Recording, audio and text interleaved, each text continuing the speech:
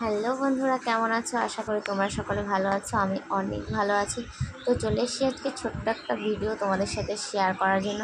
তো দেখো, এখানে আমার একটা উস্তে গাছ হয়েছে। তো এটা কিন্তু আমি লাগাইনি, তো এটা এমনিই হয়েছে। তো দেখো, বিনা সারে কিন্তু কত সুন্দর উচ্ছে হয়েছে। আজ তোমাদেরকে দেখাবো কতগুলো উস্তে হয়েছে। আমি প্রথম ফলন মানে এই গাছের। তো আজকে তুলবো, যেহেতু খাওয়ার মতন হয়ে গেছে। তো সেই কারণে তুলতে চলে এসেছি, ভাবলাম তোমাদের সাথেও শেয়ার করি। তো দেখো, প্রথম তো একটা তুলে নিলাম, আর এই দেখো আরেকটা তুলছি। তো এখানে কতগুলো উস্তে হয়েছে, তো সব কটাই তুলে নেবো, যে কটা খাওয়ার মতন হয়েছে। তো দেখো, বিনা সারের জিনিস তো খেতে খুবই ভালো লাগে, একটু টেস্টটাও মনে হয় বেশিই হয় বিনা সারে।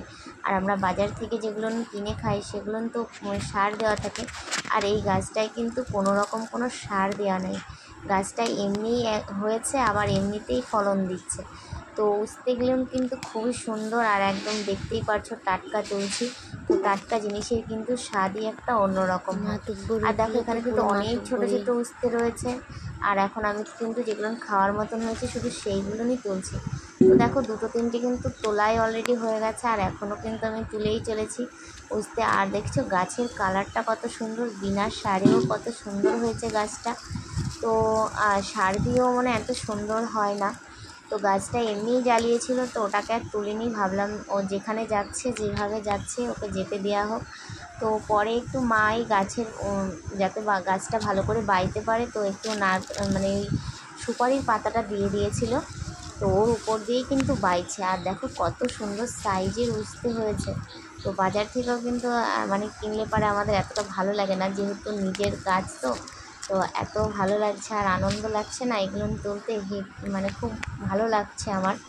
তো তোমরা কারা কারা এরকম গাছ লাগাতে পছন্দ করো অবশ্যই কিন্তু জানিও। আমি কিন্তু গাছ লাগাতে প্রচুর ভালোবাসি, কিন্তু এখন আমার হয়ে ওঠে না, যেহেতু মেয়েটা খুব দুরান্ত।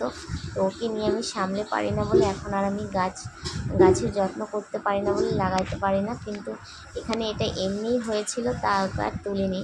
তো দেখো ওর মতন হচ্ছে, আর আমি এখানে গাছের আগাগুলো একটু নিচের দিকে নেমে যাচ্ছিলো বলে একটু তুলে দিচ্ছিলাম। আর নিচের দিক ঝুলে থাকলে না গাছের আগায় কিন্তু ফল ধরে না। তো সেই কারণে আমি ওটাকে একটু সুন্দর করে তুলে দিচ্ছিলাম যাতে ওদিকটা পায়। আজকে তো এক একটা তরকারি হয়েই গেছে। কতগুলো উঠতে হয়েছে দেখেছো। আর এখানে দেখো রয়েছে কিন্তু বিনা সারের শাক। তো এটাকে তোমরা কে কী শাক বলো জানি না, এটাকে আমরা ছেঁচি শাক বলা হয়, আর এটাকে বউটুকুনি শাক বলা হয়। তো তোমরা কে কী নামে জানো অবশ্যই কিন্তু আমার কমেন্টে জানিও। তো এগুলো কিন্তু ঠাকুমা দিয়েছে। তো ঠাকুমা মাঠে গিয়েছিল, সেখান থেকে তুলে নিয়ে এসেছে বিনা সারের শাক। আর আজকে কিন্তু এই উস্তে আমাদের রেসিপিতে রয়েছে। তো দেখাবে নেক্সট।